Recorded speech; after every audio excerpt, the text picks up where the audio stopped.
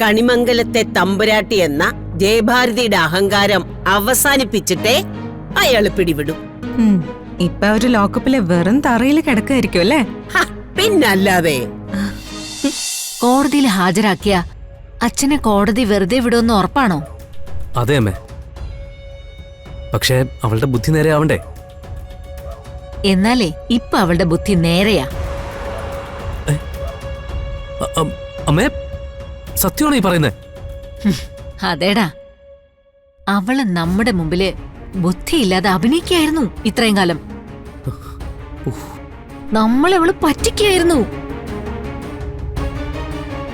അതിപ്പോ ഏകദേശം അവസാനിച്ചിട്ടുണ്ട്.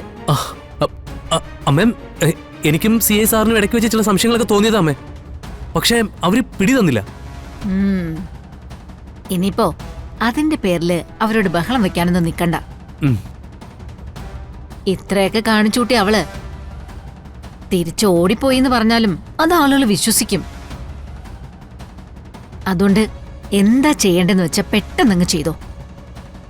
പ്രിയങ്ക നേർബുദ്ധിയോടെ കോടതിയിൽ വന്ന സാക്ഷി പറഞ്ഞ ആ നാടോടി പെൺകുട്ടിയുടെ മരണവുമായി അച്ഛന് ഒരു ബന്ധവുമില്ലെന്ന് തെളിയും.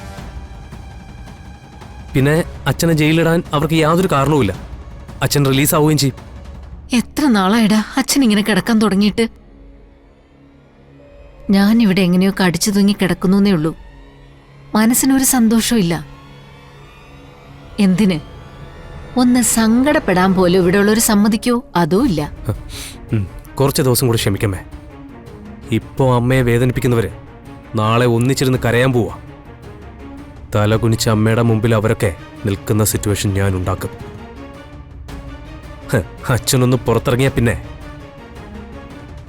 കണിമംഗലം വീട്ടിൽ ചെന്ന് അടിച്ചു നിരത്തുക എന്ന ജോലി മാത്രമേ ഞങ്ങൾക്ക് ബാക്കിയുള്ളൂ. അതിന്റെ തുടക്കം പലതും നടന്നു കഴിഞ്ഞു. ഇനി അവസാന റിസൾട്ട് വരികയേ വേണ്ടു. അവര് കൂട്ടം കൂടി ഇരിക്കുമ്പോ അവർക്കൊക്കെ പറഞ്ഞു ചിരിക്കാനുള്ളവരാ നമ്മളൊക്കെ. അത് മാറണോടാ മോനെ.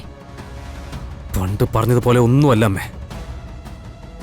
കൃത്യമായിട്ട് അടിക്കാനുള്ള വടി ഓരോന്നായിട്ട് തയ്യാറാക്കി വെച്ച് പ്രയോഗിച്ചുകൊണ്ടിരിക്കുക. ഞാനും അച്ഛനും CI സാറും ഒക്കെ. ഇതിന്നവര് ഒരിക്കലും രക്ഷപ്പെടില്ല. ഞാൻ ആദ്യം പ്രിയങ്കയ്ക്ക് ബോധം വന്ന കാര്യം CI സാറിനൊന്ന് വിളിച്ച് പറയട്ടെ. അച്ഛനെ നമുക്ക് പെട്ടെന്ന് ഇറക്കാമേ. ശരിയടാ മോനെ. ശരിയമ്മേ.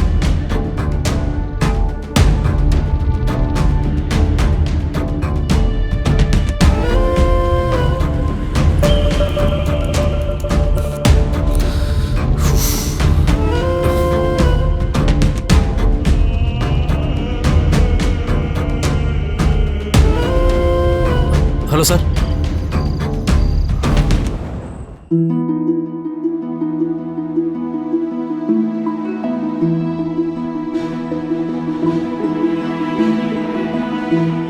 മതിയടി മോളെ, എത്ര നേരമായി ഒഴിയാൻ തുടങ്ങിയിട്ട്. സാരല്ല മുത്തശ്ശി. മുത്തശ്ശി പോലീസ് സ്റ്റേഷനിൽ വെറും തറയിൽ കിടന്നുറങ്ങിയതല്ലേ? അതൊന്നും ശീലമില്ലാത്തതല്ലേ? നല്ല വേദന ഉണ്ടാവൂലേ? ഞാനങ്ങനെ തോറ്റുപോകുന്നാണോ നീ കരുതിയത്?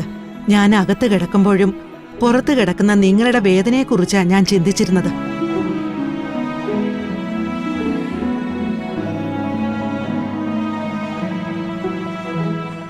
നീ എന്താടാ മിണ്ടാതിരിക്കുന്നേ?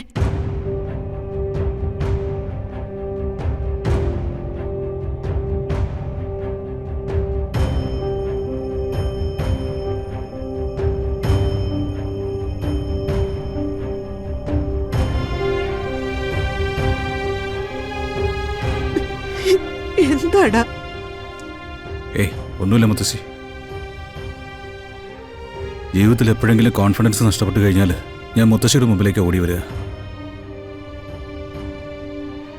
എന്നെ ആരെങ്കിലും അവഗണിച്ചെന്ന് തോന്നിയാ, എൻ്റെ മനസ്സിന് എന്തെങ്കിലും വിഷമം തട്ടിയാ, കുറച്ചു നേരം മുത്തശ്ശിയുടെ അടുത്ത് വന്നിരുന്നാൽ മതിയായിരുന്നു.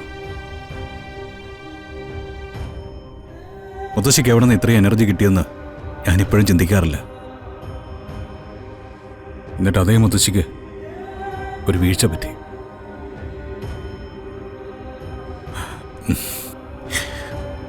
മനസ്സും ശരീരവും വേദനിപ്പിച്ചിട്ട് എന്നെ കൊണ്ട് എങ്ങനെ വെറുതെ ഇരിക്കാൻ പറ്റുന്നേ? വേദനയില്ലല്ലോടാ മുത്തശ്ശിക്ക്. അതൊന്നും എന്നോട് പറയണ്ട. ഞങ്ങൾ വിഷമിക്കാതിരിക്കാൻ വേണ്ടി ഈ മനസ്സിൽ എന്ത് സങ്കടം തോന്നിയാലും എത്ര നാണക്കേട് തോന്നിക്കഴിഞ്ഞാലും മുത്തച്ഛി അത് സഹിക്കും. രാധികമോളെ, ഇവനെ ഒന്ന് പറഞ്ഞു മനസ്സിലാക്കാമോ? എടാ, സുകുമാരി തുടങ്ങി വച്ചതേ ചെറുതാണെങ്കിലും ഒരു യുദ്ധമാ. നമ്മൾ വിചാരിക്കുന്ന അത്ര ശക്തി കുറഞ്ഞവളൊന്നും അല്ല സുകുമാരി. പുറത്ത് സുകുമാരിയെ സഹായിക്കാനേ ആവശ്യം പോലെ ആളുകളുണ്ട്. ഒരു കാര്യം ഞാൻ മുത്തശ്ശിക്ക് ഉറപ്പ് തരാം. എന്നോടും രാധികയോടുള്ള ദേഷ്യത്തിലാ മുത്തശ്ശി അവരെ അറസ്റ്റ് ചെയ്തത്.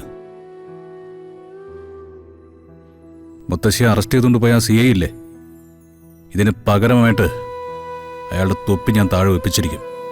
നീ പ്രശ്നം ഉണ്ടാക്കാനൊന്നും പോവണ്ട. അതിനൊക്കെ ദൈവം തന്നെ തീരുമാനിക്കുന്ന ചില മുഹൂർത്തങ്ങളുണ്ടടാ. നിങ്ങൾ രണ്ടുപേരും പോയി കിടക്ക്. വേണ്ട, ഞങ്ങളിന്ന് ഇവിടെ തന്നെ കിടന്നോളാം. അയ്യോ വേണ്ട വേണ്ട, അതെനിക്കൊരു ബുദ്ധിമുട്ടാ. എഴുന്നേറ്റ് പോവാൻ നോക്കിയ രണ്ടുപേരും. മുത്തശ്ശി പറയുന്ന കേൾക്ക്. ഇങ്ങോട്ടിനി ഒന്നും പറയണ്ട. രണ്ടുപേരും ചെന്നേ.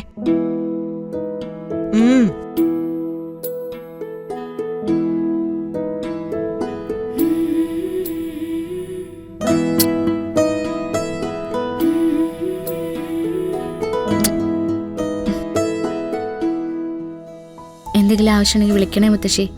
പിന്നെ ഈ പാതിരാത്രി ഞാൻ ഇനി പുറത്തൊക്കെ ഇറങ്ങി നടക്കാൻ പോവല്ലേ. ശരി. അതെ, സമാധാനായിട്ട് കിടന്ന് ഉറങ്ങിക്കോ കേട്ടോ. ഇന്ന് രാത്രി പ്രിയങ്ക ശല്യത്തിന് വരില്ല. ഈ മുത്തശ്ശിയുടെ ഒരു കാര്യം.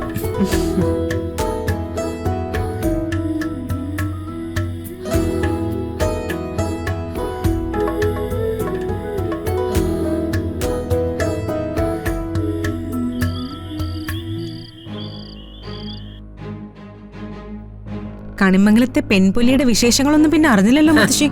എടി, CI ഉടുമ്പ് പോലെയല്ലേ മോളെ, പിടിച്ചാ പിടി വിടില്ല. ഉം. കണിമംഗലത്തെ തമ്പുരാട്ടി എന്ന ജയഭാരതിയുടെ അഹങ്കാരം അവസാനിപ്പിച്ചിട്ടേ അയാള് പിടിവിടും. ഉം. ഇപ്പൊ അവര് ലോക്കപ്പിലെ വെറും തറയിൽ കിടക്കായിരിക്കും അല്ലേ? ഹ, പിന്നല്ലാതെ. പോലീസ് സ്റ്റേഷനിൽ എന്താ അവർക്ക് സപ്രമഞ്ച കട്ടിൽ ഒരുക്കി കൊടുക്കോ? മുത്തശ്ശിയുടെ പ്രിയപ്പെട്ട മക്കളെ പോലീസ് സ്റ്റേഷന്റെ പുറത്തുനിന്ന് മഞ്ഞു കൊള്ളുന്നുണ്ടാവും. ആ, വരുണിന്റെ ജീവിതത്തിൽ നിന്ന് ഒഴിഞ്ഞു പോകാമെന്ന് രാധികയെ കൊണ്ട് സമ്മതിപ്പിച്ചിരിക്കുമെന്നല്ലേ CI സാർ പറഞ്ഞത്? അപ്പോ നമുക്കൊന്ന് വിളിച്ചു നോക്കിയാലോ മുത്തശ്ശി?